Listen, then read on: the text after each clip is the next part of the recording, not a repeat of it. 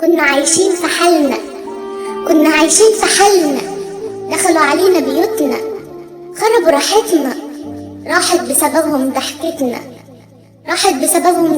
حسدونا بعينهم، موتونا، استخسروا حياتنا علينا، وبإيدينا صاحبناهم، وبقلبنا حبيناهم، لكن حقدهم بان عليهم، معرفوش يخبوا الحقد اللي في عينيهم، لازم نقطع علاقات ناس هم الأساس في هدم بيوتنا، تغيب ضحكتنا، ونتعلم إن في ناس ما تنفعش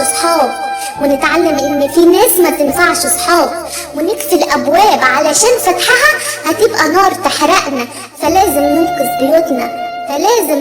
بيوتنا.